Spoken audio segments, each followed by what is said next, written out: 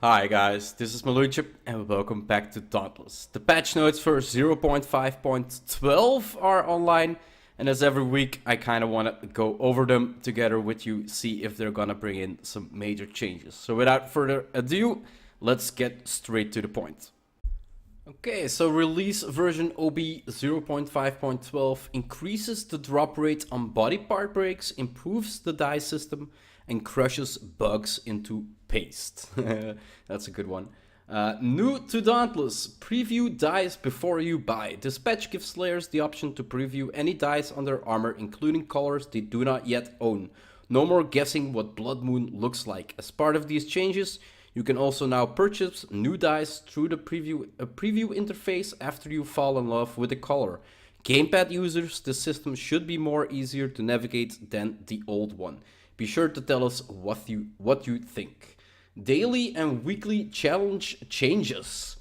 Added new elemental weapon challenges to the list of weekly weaponsmith challenges. So they are actually added. So we keep the ones we have now and then we get these one as well. So Blazing Fever get 10 blaze skills. Frost Hazard get 10 frost kills. Shocking Display 10 shock kills. Dark Days 10 umbral kills unlocks at the Maelstrom. And Chasing the Sun 10 radiant kills unlocks when Slayer reach Rezakiri.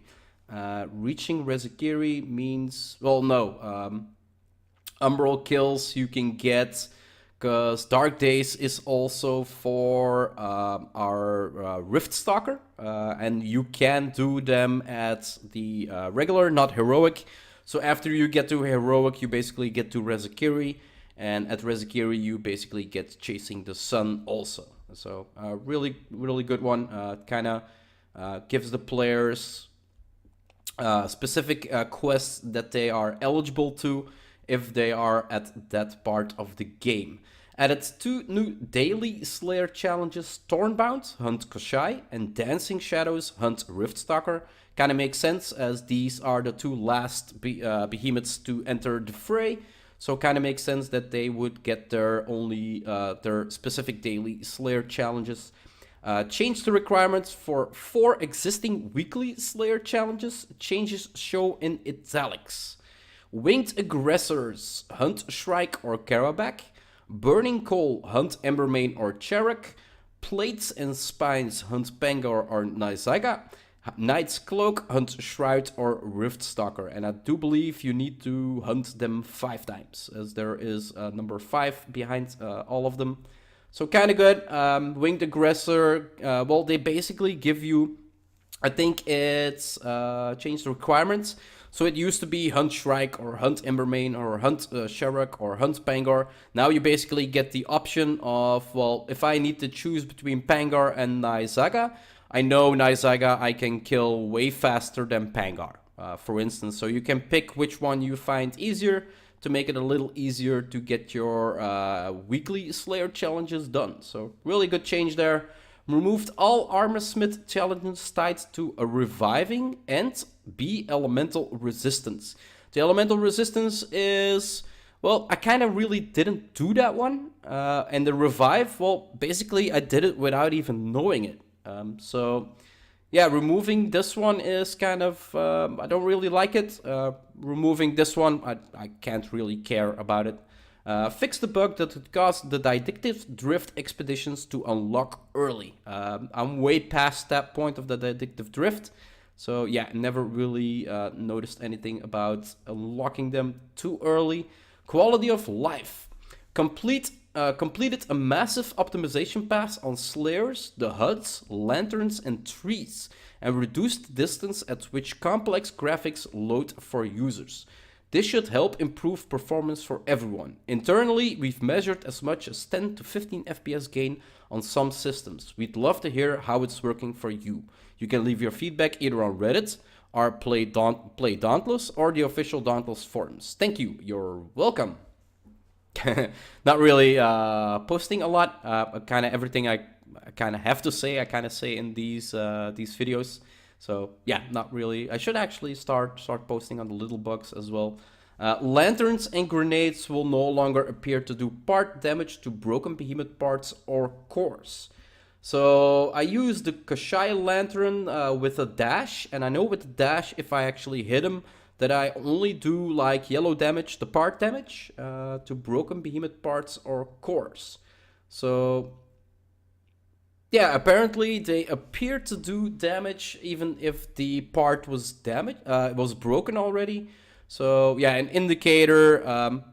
I do believe that that's going to no longer appear to do damage, part damage to broken behemoths.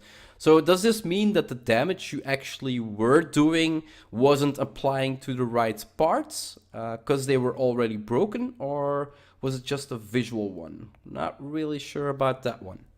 Expose and stagger damage text will now fly off the side instead of overlapping with base damage text. Really good one if you're actually focusing on the stagger damage. It's not like in the middle between a whole bunch of other damage text. It will basically fly to the side now, making sure that you see that you actually did stagger damage. Really good one. Not really sure which side, it's not mentioned here, but we'll see that once we come across it. Fix the bug that would cause it to rain inside the cave of the Sovereign of Thrones. Never seen it rain actually inside.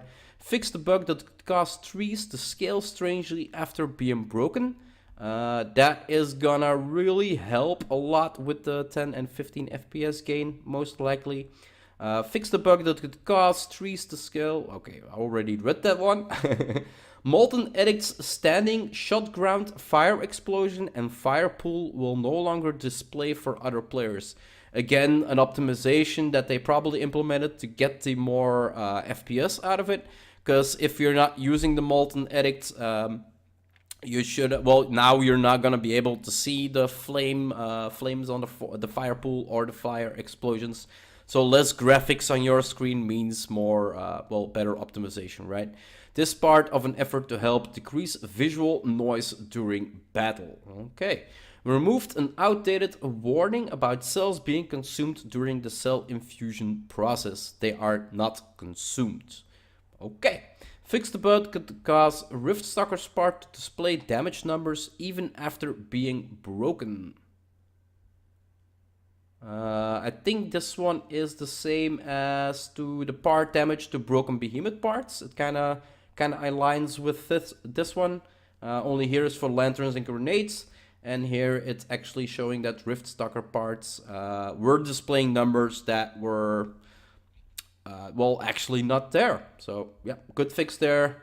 No longer buggy damage numbers. The end of a hunt rating system 1 to 5 has been replaced by an occasional random feedback question. Let us know if you get one. Okay, so we're gonna need to answer questions. I really hope that the end of the hunt rating system, I think I talked about this in a couple of videos already. I really hope that they change it instead of the badges to actual numbers. I kind of want to see how much wound damage I did, how much part damage I did, how much actual like HP damage I did, how much stagger I did, how many times I revived, how many times I was down. Like, there's so much information they can actually give us at the end of a hunt to actually see if we are, because sometimes I'm doing like massive amount of damage and I'm getting like bronze slayer badge and I'm like, this is not right. And then the other times I'm doing like really little damage, like I think like, okay, this can be a really good round for me, and I'm getting gold slayer. So if I was actually be able to see what damage and what numbers of damage I could do, I know for me that would be a really great indicator to know if I'm actually improving my playstyle or not. The badges is not telling me anything if I'm getting better or not. It's just, I'm getting a badge, okay, I got the badge. But there are no numbers to what I actually did. And actually with the numbers, you can actually like check out how much part damage a total behemoth can have, how much total HP damage you can do. It would give way much information to the players and how they play and how they can improve themselves than the badges doing. But yeah, like I said, I've talked about this in a couple videos already. I really wish they changed this in the long run. Fix the bug that could cause the cell cooking sound to play on repeat in certain circumstances. Yeah, that's always a buggy one if a sound constantly repeats. Not sure if I actually came across that one. Balance changes. Stamina potion effect will no longer disappear when a player is hit by the Shy Leaf Shield. Kind of makes sense. Because, well, yeah. And this is also Blitz Tonic, Frenzy Tonic, Bulwark Tonic, and Life Drain Tonic effects will now persist when a Slayer is downed and revived instead of simply disappearing. These two kind of, like, this one kind of makes sense. A stamina potion should remain even though if you get hit, but I kind of don't get this one. If you die, your character is basically, well, downed and revived. You're downed. You're not really dead, right? You're just downed. So if you should, well, is there well, yeah, there, of course there is. Yeah, it's I kind of, I'm not really sure about this one.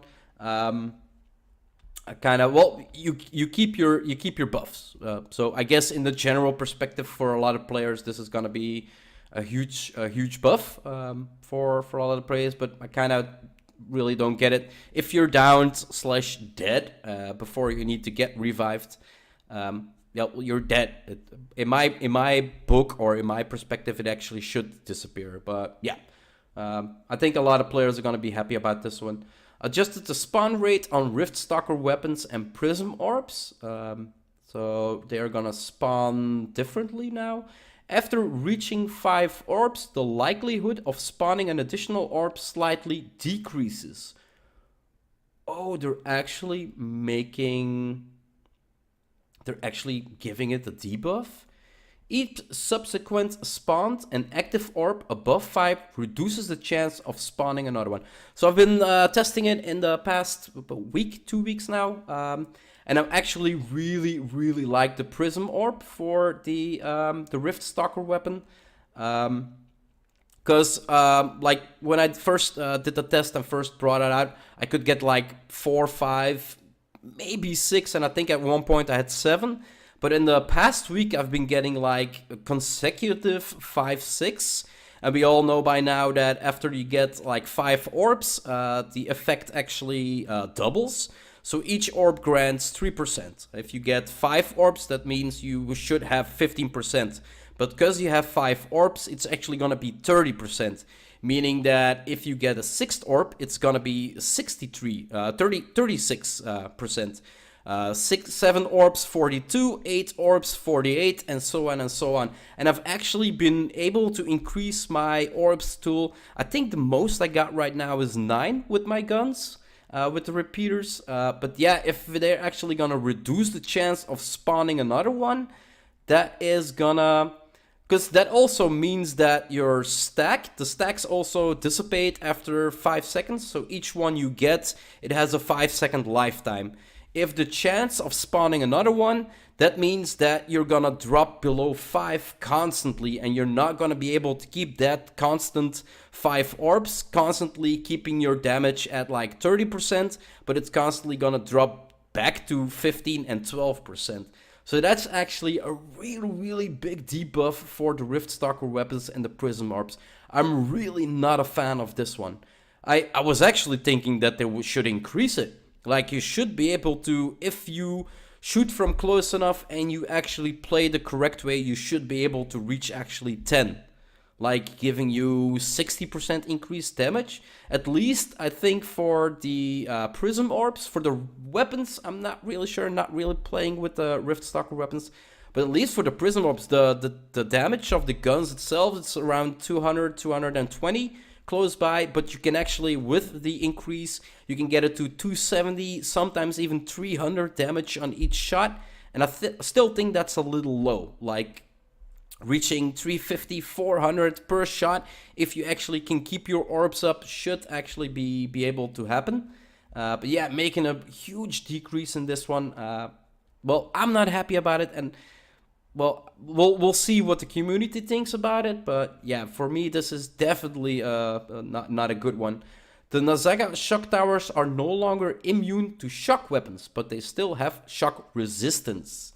So it used to be that for Nazaga, you should get insulated 6, making you immune to electricity or to shock. So now it says that if you have a shock weapon, you can actually no longer immune. So if you have a shock weapon but not insulated, you should be able to actually kill the prisms, the towers now. But they still have shock resistance. So yeah, using a shock weapon will lower your damage on them, but it will actually make you able to damage them. So it's kind of a buff and a debuff at the same time. Doubled the drop rate of rare body parts breaks such as glistering fur, pristine moon feather, and flawless spawnite. So yeah, doubled the drop rate of rare body parts. That's a huge buff actually, and a lot of players are gonna be happy about this one. And then yeah, the known issues, as we know, behemoths may occasionally walk or move in irregular patterns. Fix this by slaying them. So yeah, the patch notes for this week are actually pretty. They got me in an uproar. Like, there's really fun ones, the new quests, and then really good improve for the FPS. But then, yeah, the balance changes for the Riftstalker weapons. Can't really say that I'm a fan of this one. So yeah, I have mixed feelings about this. We'll see when it hit. It should hit, let's see, November the 7th. So yeah, it should hit this evening. So really looking forward to seeing what they are gonna bring for us.